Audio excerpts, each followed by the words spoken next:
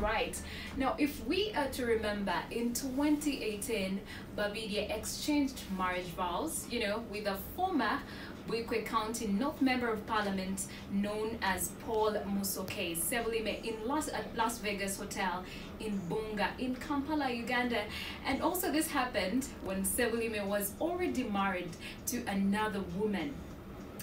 Now, this ceremony was, held amidst tight security. I don't know what they were anticipating. Maybe like something bad was going to happen, or this, the man's wife was going to show up, or like some kind of drama. So it happened amidst tight security, and we also saw big dogs in Parliament, and they showed up for the function. There was Edward Sekandi, and a handful of church leaders. I feel like that was some kind of hypocrisy. But moving on, after just 17 months, court allowed Sebulime and Judith Babirye to divorce each other after 17 months. This was a second marriage, getting married to someone else's husband, husband snatcher. That's what we call it here in Kampala and maybe somewhere else.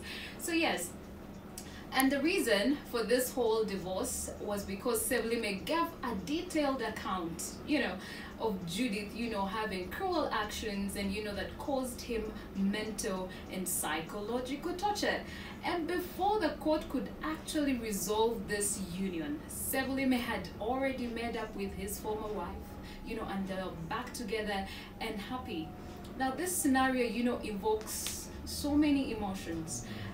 Speaking for myself, I'm actually very impressed that Judith could come out, and apologize publicly to her fans, because there's so many of us who held her in high esteem, and it came off as very disappointing. You are a religious woman, you are a leader, and you are doing something like this publicly. At least if the man was divorced, we would understand, but he wasn't, and everyone called her husband snatcher, and so much misfortune came after this.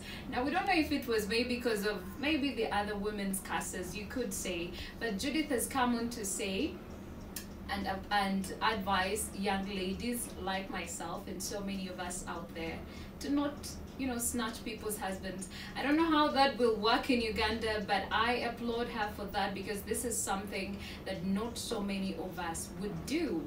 So yes, this is what we had for you on our X-Files today. I hope so many people who are doing the same thing like she did, because we are not saints, at least pick a leaf or do something better. So yes, we're getting back to the music, and we have something from Ty Dolla $ign